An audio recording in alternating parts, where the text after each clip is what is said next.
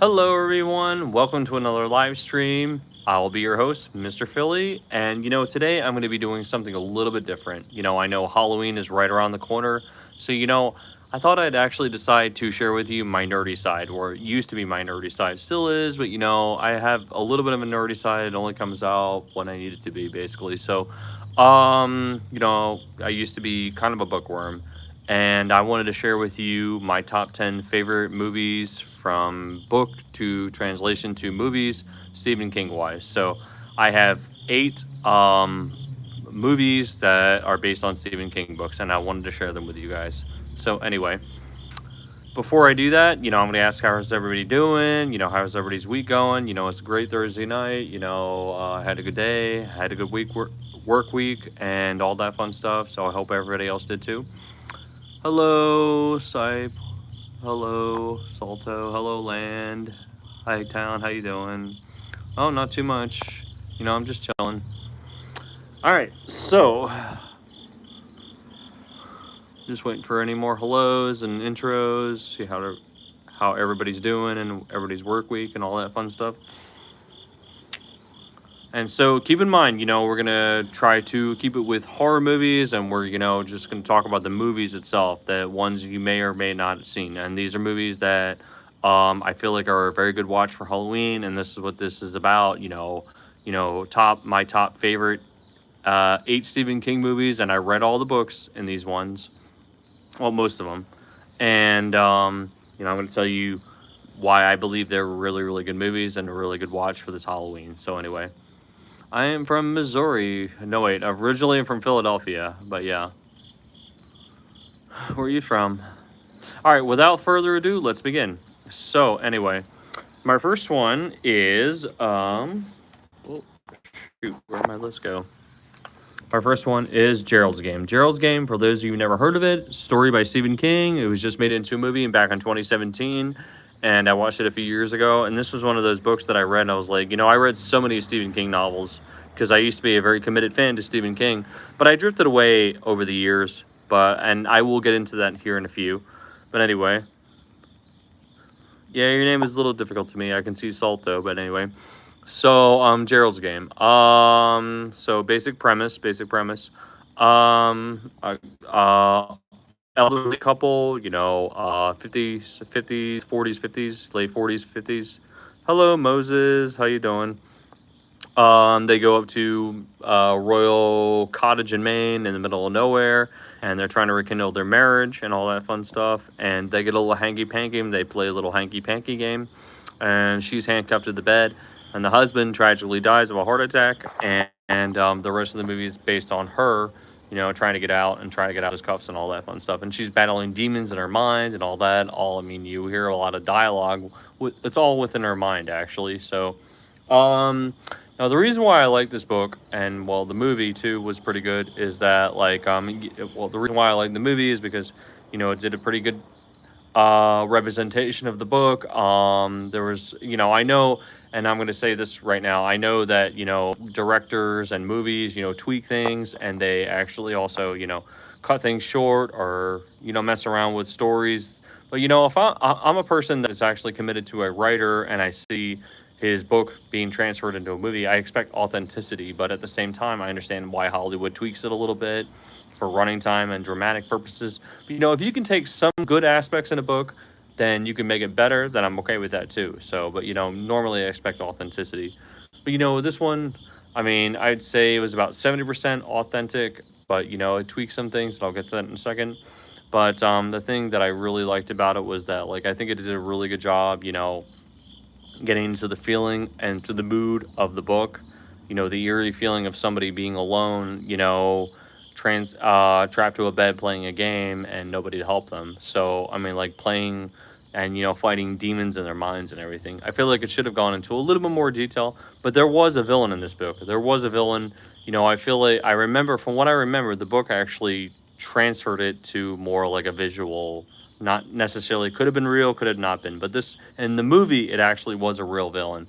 But I feel like the movie gave it more of a authenticity and a realism to the villain. So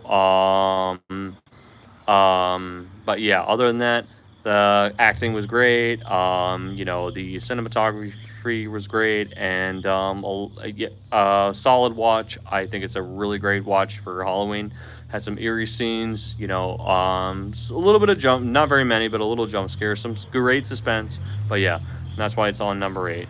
So anyway, all right. So moving on to number 7. Number 7, on the book, on my list, that would be The Long Walk. I just watched that in theaters, and I actually very much loved it. Actually, you know, it wasn't all that anticipated that I'd expected, but you know, the thing that I really fell in love with, and I read this book years ago, like a decade ago, and I was so stoked. And you know, I asked myself this when I read Stephen King books: why isn't every freaking Stephen King book a movie? Because you know, I really do believe, and you know, I mean, still to this day, you know, he is really great at making horrific atmospheres, creating monsters, creating scary atmospheres. But at the same time, he's not always good at finishing books. You know, a lot of the times he goes into too much graphic detail about the middle or the beginning, and it just leaves it up to the reader. And you know, he puts some subplots in it that really cancels out a really good ending. You know, quite a few of his books that I read that didn't really have a solid ending, and this is one of those that didn't really necessarily have a solid ending in the book, but in the movie it actually gave a even better solid ending. Actually, there was actually a villain in the book, in the movie, and but the book actually didn't give him much of a character. In this movie, it actually gave him much more of a character and gave him a little bit more dialogue. So that's what I liked it about it. And I think did a really great translation from book to film and all that fun stuff. So, but you know what I really fell in love with is the atmosphere, and what I really fell in love with was you know, the plot basically. So basic premise. You know, a bunch of teenagers compete in a marathon, a super marathon, where they are followed by a bunch of people, and they have to walk or die. And if they fall under a certain amount of miles per hour, they actually will get shot. So yeah, I think you know, the atmosphere, what I read in the book, was something that I really wanted to see on screen, and everything I pictured was exactly what I saw on screen, and that's what I really liked. But like I said, you know, the book didn't give much of a solid ending. It was kind of left up to the reader, but the movie gave more of a solid ending. So if you like dystopian futures and people playing in a live or die game, then this is the movie for you. So anyway, moving on to number 7, 1922. This is also on Netflix. So 1922, from what I remember reading, it's about a guy, and he's, you know, married man, and there's a dispute between him and his wife about selling his estate, or you know, assets on his livestock. He owns a farm and everything, and he doesn't agree with selling or anything, so he reluctantly plots against her and hires his son to reluctantly unalive her, and they drop her body in the well. And what happens after that is a spiral turn of events that go from bad to shit. So basically, and you know, basically, so the best way I could describe this is that, like, you know, if Stephen King were to write the movie Fargo, this is basically Stephen King's version of Fargo, minus the subplots, and minus, you know, the bumbling, stupid hitman that made a lot of mistakes. So that's what this movie's about. Um, so the guy, you know, disposes of his wife. That's where he unalives her, but he continuously keeps seeing her. And you know, the funny thing is, you know, a lot of his movies supposed to, or books, are supposed to teach some kind of a moral lesson, but I failed to see that. But this one did teach a moral lesson, I think. In the end, it was basically saying crime doesn't pay. So after this man disposes of his wife in a plot to, you know, get rid of her, you know, to keep the assets and everything, and hopefully inherit the insurance money or anything, you know, a spiral turn of events, you know, go from bad to shit, basically. So so that's that. And he continuously feels like he keeps seeing her, you know, he keeps seeing rat's feet upon, you know, when he looks in the well, because he drops her in a well, but he just can't stop seeing that. Basically, he's just continuously haunting, and the hauntings just don't go away. So yeah, the reason why I like this movie so much is that, you know, Thomas Jane, who played in another Stephen King movie, he did a phenomenal job. The casting was great. The acting was solid. You know, Thomas Jane, he lost weight for this movie. He really got into his character, and that's what I really liked. I liked the cinematography, And the other thing was, it was basically more of a horror drama, basically, and that's what I really liked, is that, the movie created a really intense atmosphere, basically, not gloom, but like more of an eerie gloom, a gloom and an eerie gloom at that. Basically, that's what made this movie so great. So just the atmosphere that it created. Not many jump scares, but it's very, very eerie as time goes on. So yeah, definitely a solid watch, solid casting. Very faithful to the Stephen King adaptation. So, all right, so moving on from number 7 to number 6, we also have The Shawshank Redemption. Okay, I know this is not a horror movie, but I read this a few years ago. This is a masterpiece by Stephen King. Okay, the movie, I just read it. I just watched it not even a couple months ago, and I read the book just a couple of years ago. Oh my gosh, I was not disappointed by either one of them. And honestly, I can see why this was Best Picture worthy, and I can see why a lot of people consider this a masterpiece. So, basic premise: some guy goes to prison, and he's committed a crime of killing his wife, and he didn't do it, and he has 2 life sentences, so he has to spend like 40 years in prison. And but I think the thing in here is that, like, some guy, he knows he's innocent and he's stuck in a bad situation. Basically, it's like, make the best of the hand that you've been dealt with. He makes friends with another guy who's fighting his inner demons, and he's serving life sentences for other crimes. And it's just the life that he makes for himself in prison, basically. I mean, he becomes really well known by the guards.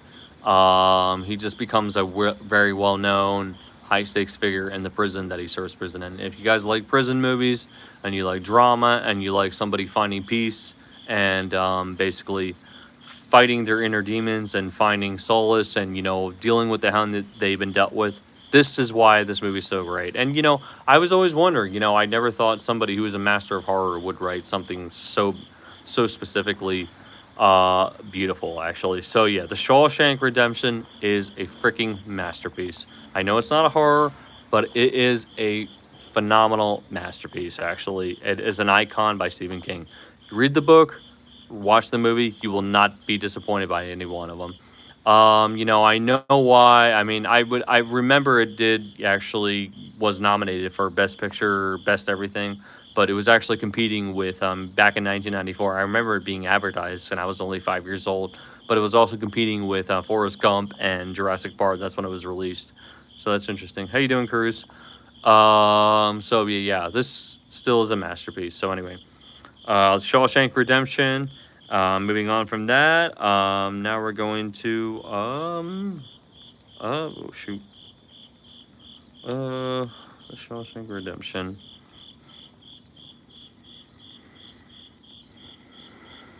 Oh, moving on to from number no wait, 1, 9, 6, 5, 4.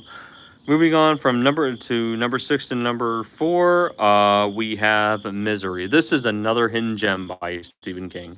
All right, I read the book. It was phenomenal, and the movie is also phenomenal too.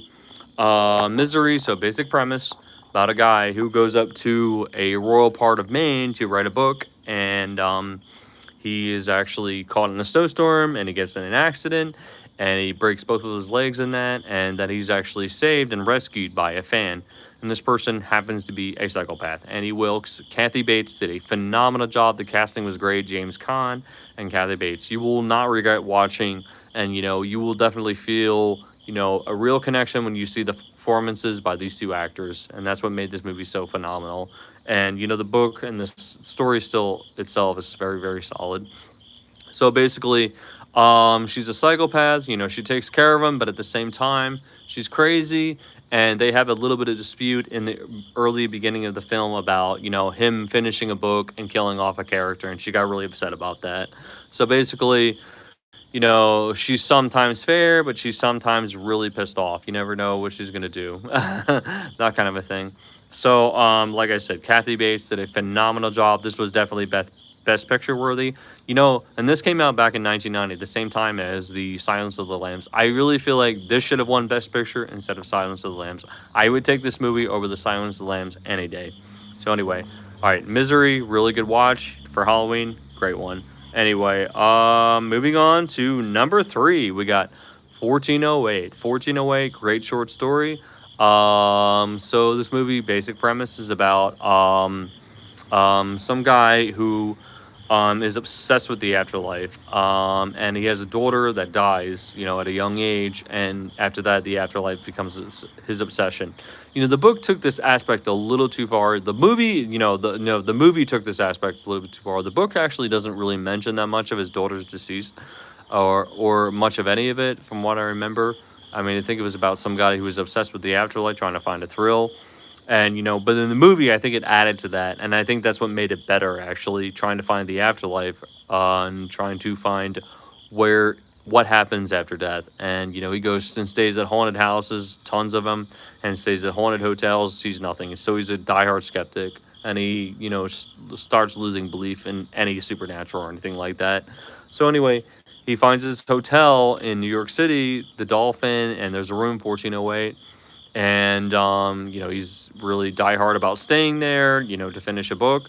And the owner pleads with him not to stay in that room, because he said it's not just ghosts that reside in there, it's just a cursed room, and there's just evil. So basically, it's about a guy who's a skeptic trying to find ghosts or the afterlife or supernatural, and gets 10 times more than he bargains for. And things happen right before he even enters the room. So yeah, the room is just, and that's the thing about the room. It wasn't the room that he stayed in the book, in the movie. It was just basically a room that was cursed. It was a portal to another dimension, which had spirits in it, and all kinds of paranormal. So basically, it's a ghost story times 10. Somebody trying to find, not a skeptic of the afterlife gets more than he bargains for. So great casting. Samuel L. Jackson and John Cusack as the main characters did a phenomenal job. Very good ending. I know this movie has a few alternate endings, but I think it really did solve a little bit. But it had some drama in it too, and that's what I liked about it. Had some jump scares, had some good suspense. Really original ghost story actually. So if you want a ghost story with a good twist to it, 1408, good watch. So anyway, moving on from 1408, we also got The Mist. The Mist will always be my all-time favorite movie, and great Stephen King novella. All right, so basic premise: a guy and his son go to a grocery store after a very heavy storm the night before for some supplies, and basically a bunch of fog or a mist comes, and along with it brings some guy freaking out, coming into the grocery store telling some shit is going down. There's something in the fog, and basically the grocery store becomes the last hope of post-apocalyptic survival. So post-apocalyptic, and they're sitting there trying to survive, and there's also some crazy religious fanatic who's a lunatic, and she's trying to brainwash people, saying this is the end of times and this and that. So you got that in that aspect. Great atmosphere, some really good jump scares, some really good suspense. Oh yeah, that's what I really loved about it. The ending will probably piss you off. The ending will really piss you off. But you know what? If you put that aside, it was a very solid cast, very solid story. And I think the book did a really good job. I mean, the book was obviously better, but at the end of the day, the book really didn't give a solid ending either, actually. I mean, I feel like it hinted something. I mean, it wasn't as dark as the movie, but if you watch the director's commentary, you can see why he put the ending that he did in there. So, I mean, I feel like there was really no solid ending in this, but it was a solid story. But honestly, if it was rewritten or if Stephen King could do it over again, I feel like there could have been a better solid ending to both. But like I said, the movie's still a solid watch. Put the last 5 minutes out of your mind. But anyway, that was always be my number two.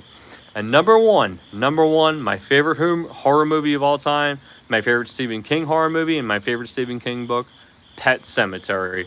Oh my gosh, this is a hidden, underrated gem. And not the one that came out several years ago, the new one. The original one from 1989. I have mixed feelings about the new one. And the reason why I loved it so much is because it had everything. It has horror, it has drama, it has suspense, and it has jump scares. You know what? If you really want to watch an underrated horror film that is a hidden gem written by Stephen King, Pet Sematary is the way to go. So basic premise: a guy and his wife and his two kids, a son and a daughter, move up to a certain part of Maine, and they live right next to a highway, a very busy highway, which is kind of dangerous. And they actually become friends with this guy who's a neighbor. He's an elderly man, and he was telling them about there's this pet cemetery that was built by some I don't know. Oh crap! I wish I knew. There was a pet cemetery that was built there back in the 19th century, but I can't remember who.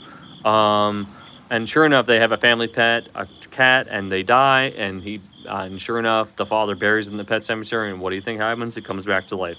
But then some tragedy strikes. One of his children die, and gets hit by a car because they live so close to a what do you call it? A highway. And what do you think he does? He buries in the pet cemetery. What happens next is a spiral, a dark turn of events.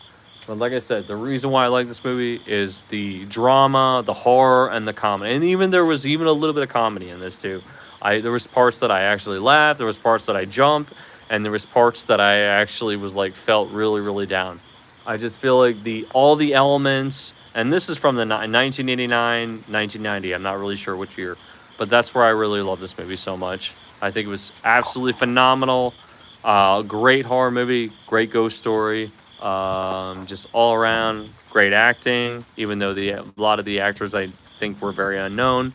Yeah, definitely worth a watch. But you know what I like I said, what I really liked about it is there was a certain character in the book, and it just gave you such chills and creepy vibes. And I watched this several years ago, but I decided to watch it on Halloween night several years ago with the lights out. So yeah, even till this day, it would still give me some creepy vibes. So yeah, that's why I really liked it. Pet Cemetery is a movie that is based on a Stephen King novel that is a hidden icon. So there you go. Those are 8 movies that I really think that you may or may not enjoy this Halloween season. Really great movies based on Stephen King stories that are a great watch, and they are they're somewhat very faithful to their books. So anyway, thank you so much for watching. Don't forget to like and follow. Have a good night. Have a great night.